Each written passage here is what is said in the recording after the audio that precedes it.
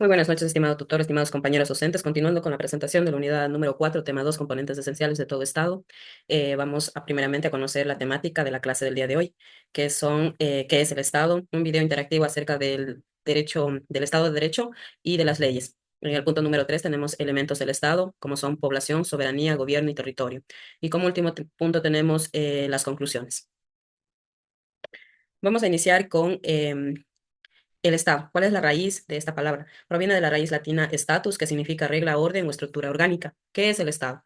El Estado es una organización política jurídica que ejerce el poder y la autoridad sobre un territorio y su población. También podemos decir que se refiere a una estructura que regula la vida en sociedad mediante instituciones como el gobierno, las leyes y las fuerzas de seguridad. Entonces podemos decir que el Estado es la entidad responsable de organizar y administrar una sociedad dentro de un territorio determinado, buscando el bien común mediante el uso de las leyes y políticas. Seguramente todos nos hacemos las siguientes preguntas. ¿Cree usted que la ley es justa o las leyes serán para todos? ¿Qué es la ley y qué es la justicia? He preparado un video en donde contiene una temática muy importante, en donde vamos a observar y analizar el mismo para extraer preguntas, ¿sí? Y tener respuestas a aquellas interrogantes que hemos mencionado aquí. En Escocia está prohibido estar a cargo de una vaca bajo estado de ebriedad. En Italia está prohibido sentarse en los escalones de algunas iglesias y monumentos. Y en algunas ciudades está prohibido usar zapatos con suela de madera porque son muy ruidosos. En España puedes recibir una multa por hacer castillos de arena. ¿Para qué sirven las leyes?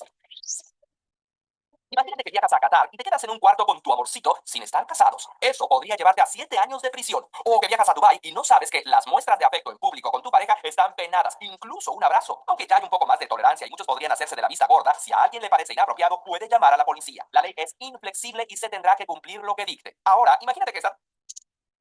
Bueno, si hemos prestado atención al video que estamos observando, nos habla acerca de las leyes. He preparado una pregunta en donde dice, ¿para qué sirven las leyes o qué es la ley? Entonces, en el literal A tenemos la ley es la misma en todos los lugares, B, la ley es inflexible y se tendrá que realizar todo lo que dicte, y en el literal C tenemos la ley es solo para las personas que no tienen ingresos económicos estables.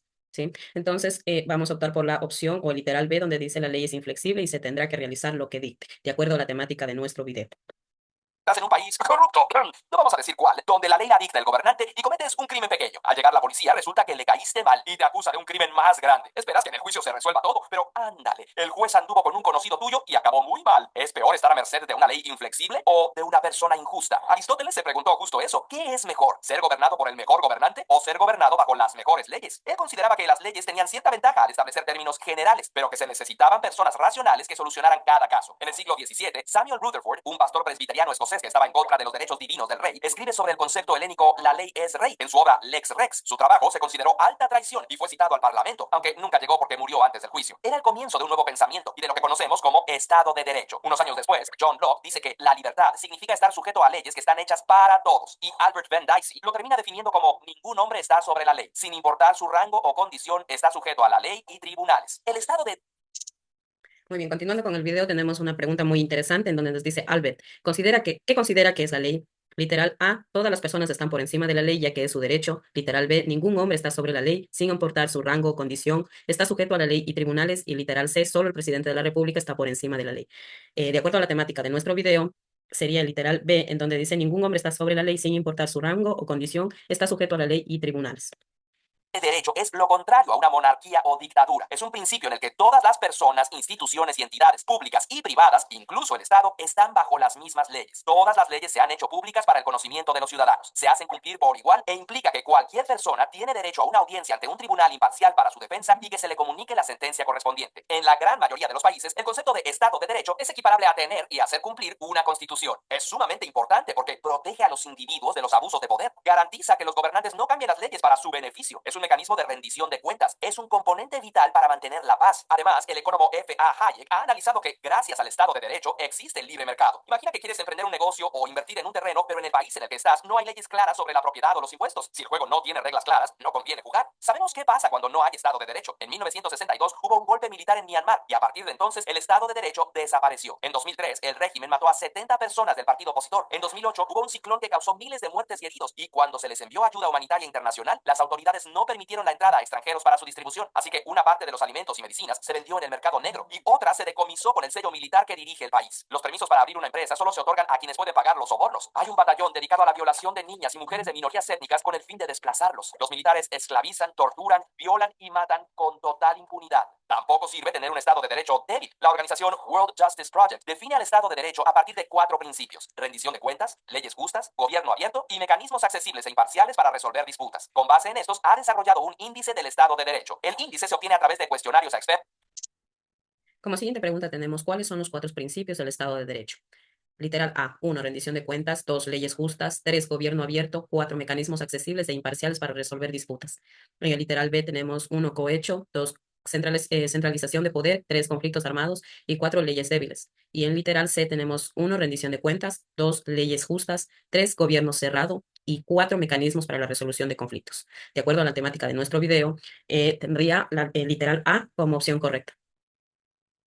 Y encuestas a la población general, y así se obtiene un estimado de qué tanto se cumple en la práctica el Estado de Derecho. Claro que, aunque el Estado de Derecho tiene muchas ventajas, hay un par de controversias. Se supone que todos los habitantes están bajo el Estado de Derecho, pero soldados, marinos e incluso presidentes tienen ciertos poderes e inmunidad que los ciudadanos normales no tienen. En ocasiones, el Estado de Derecho suele burocratizar y hacer lentos los procesos. Una de las críticas más importantes es el fallo que observó Platón: las leyes carecen de razonamiento y no hacen distinciones que pueden ser necesarias. Las personas y situaciones pueden ser diversas e incluso el contexto puede cambiar, pero la ley es terca y no cambia su posición. Aunque la ley se aplique a todos, eso no quiere decir que sea justa. Por ejemplo, la atleta y capitana de equipo Nilufar Ardalan no pudo ir a la Copa de Asia de fútbol porque su esposo no la dejó ir. En Irán, ninguna mujer casada puede salir del país sin el permiso de su esposo. Las leyes, después de todo, están hechas, interpretadas y aplicadas por personas. Si fueron hechas tomando en cuenta la moralidad de una época o de un grupo social muy específico, probablemente estarán desactualizadas y fuera de contexto en un futuro. Diferentes autores no leyes justas que tomen en cuenta los derechos humanos y estén en constante evolución según las necesidades de la población, así como dirigentes íntegros, deberían ser parte fundamental del Estado de Derecho. Una sociedad que promueve el Estado de Derecho no debería ser una sociedad dócil, sino una con ciudadanos críticos que conocen las leyes, son conscientes de su función y saben exigir cambios en ellas cuando se requiere. La educación tiene una gran responsabilidad de crear esta cultura de legalidad a través del desarrollo de conocimientos, valores, habilidades socioemocionales y conductas para que los y las ciudadanas se conviertan en participantes activos y críticos de la sociedad. Curiosa. Y por último tenemos una pregunta en donde dice, ¿cuál es la responsabilidad de la educación? Como literal A tenemos: la educación es indispensable para el desarrollo de conocimientos, valores, habilidades y conductas para que los y las ciudadanas se conviertan en participantes activos y críticos de la sociedad. Literal B, la educación es importante solo para los que van a crear las leyes. Y literal C, la educación no es importante para la ley. De acuerdo a la temática de nuestro video, tenemos que la opción A es la correcta.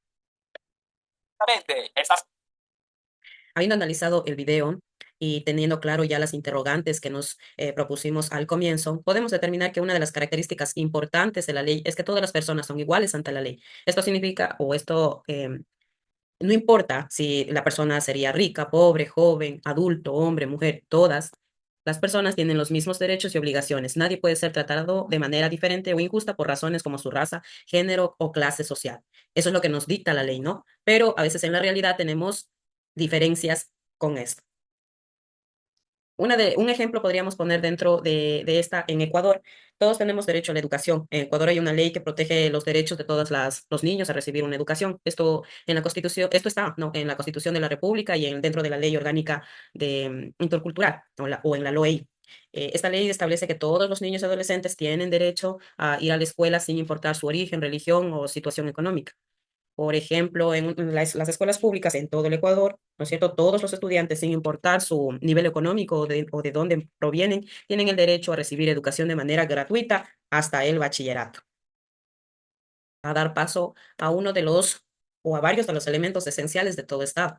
Un Estado se define por varios componentes esenciales que garantizan su funcionamiento y estabilidad. Estos elementos son el territorio, la población, el gobierno y la soberanía. Vamos a empezar con la población como elemento del Estado. ¿Qué es la población? Es una agrupación humana como elemento componente indeterminado del Estado, ya que se refiere a sus habitantes. Pueden ser estos nacionales, extranjeros, residentes, transeúntes, particulares, funcionarios, entre otros. Podemos decir que se refiere al conjunto de personas que viven dentro del territorio del Estado, independientemente de su nacionalidad. La población es indispensable, ya que sin personas no hay a quien gobernar, ni las leyes que aplicar. Eh, Dentro de la Constitución de la República del Ecuador, de nuestra Constitución, el artículo 7, 8 y 9 nos hablan acerca de la población, que seríamos nosotros como ecuatorianos. Dentro del artículo número 7 tenemos los ecuatorianos y las ecuatorianas por nacimiento, o uno de las personas que son nacidas. Nos menciona acerca de los ecuatorianos y ecuatorianos por naturalización. Y en el artículo número 9 nos habla de los extranjeros, ¿sí? Solicito revisen la Constitución de la República en los artículos mencionados anteriormente. Como segundo, tenemos el territorio como elemento del Estado. El territorio es un elemento físico, material, en donde se asienta la población y constituye el ámbito espacial o geográfico dentro del cual se ejerce el poder del Estado. También podemos decir, ¿no?, que es una delimitación geográfica donde el Estado ejerce su soberanía. Incluye el suelo, el subsuelo, espacio aéreo, las aguas dentro de sus fronteras, como por ejemplo nuestro territorio ecuatoriano. Sabemos que el Ecuador está dividido en 4 regiones, que son, no, son costa, sierra, oriente y región insular. Dentro de estas regiones tenemos 24 provincias, ¿sí? Entonces, dentro de nuestra Constitución de la República tenemos en el artículo número 4 lo que ya habíamos mencionado acerca del territorio, que es una unidad geográfica e histórica de dimensiones naturales, sociales, culturales, legados de nuestros antepasados y pueblos ancestrales, ¿sí? Les recomiendo que estudien. Tenemos el siguiente punto, que es la soberanía como elemento del Estado. ¿Qué es la soberanía? Es el ejercicio de la autoridad en un cierto territorio. La soberanía significa independencia. Podemos decir que es un poder de competencia total. Este principio señala que la Constitución es el fundamento, la base principal del ordenamiento jurídico. Esto quiere decir que no hay norma que esté por encima de la o de nuestra Constitución.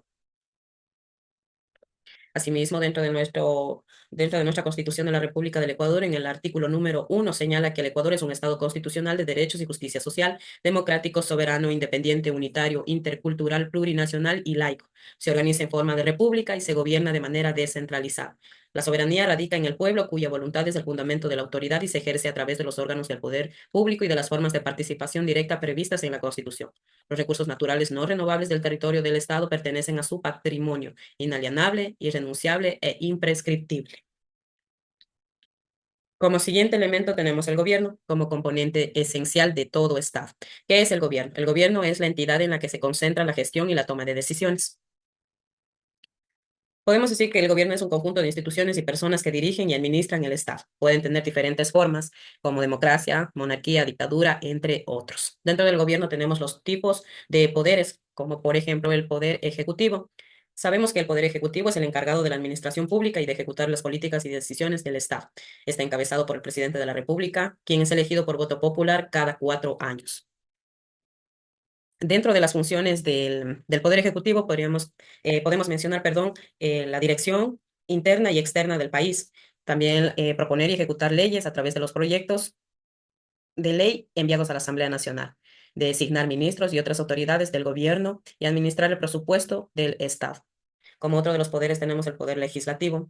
Es el encargado de crear, modificar, interpretar, derogar leyes en Ecuador. Este poder reside en la Asamblea Nacional, que también es elegido por el pueblo y tiene funciones de control político y sobre el poder ejecutivo.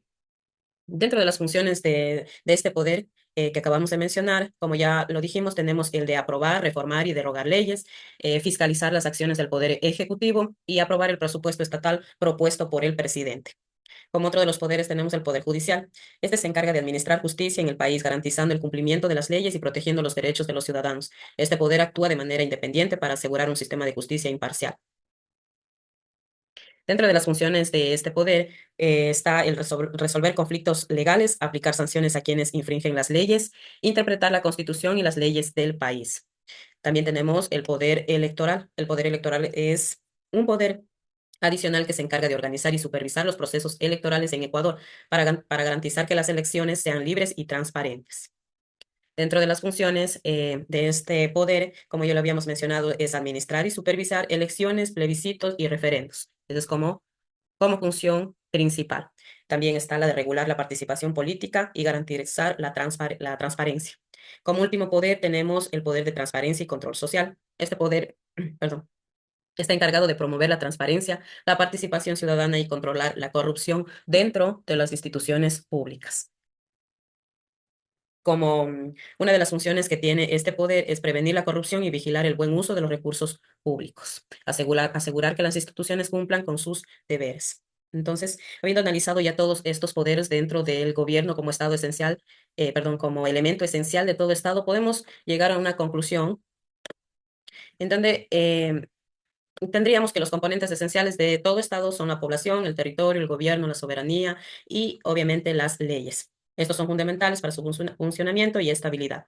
La población es el conjunto de personas a las que el Estado sirve y protege, ¿no es cierto? El territorio es el espacio geográfico sobre el cual el Estado ejerce su autoridad. El gobierno es la institución que administra y organiza la vida pública. ¿Y qué es la soberanía? La soberanía garantiza la autonomía y el control pleno sobre los asuntos internos y externos. Sí. Uno de los puntos también muy importantes que vimos son acerca de las leyes. ¿Qué son las leyes? Son las normas que regulan la convivencia y el orden social. Todos estos componentes trabajan juntos para conformar un Estado funcional que busca el bienestar común, la justicia y el desarrollo de su sociedad, dentro de un marco de estabilidad, ¿no es cierto? Y legitimidad. Dentro de esta presentación también les he puesto varias actividades para que puedan desarrollar entre la evaluación final en donde van a encontrar varias preguntas acerca de la temática que se ha realizado el día de hoy. Terminado el tema número 2 acerca de los componentes esenciales de todo Estado, vamos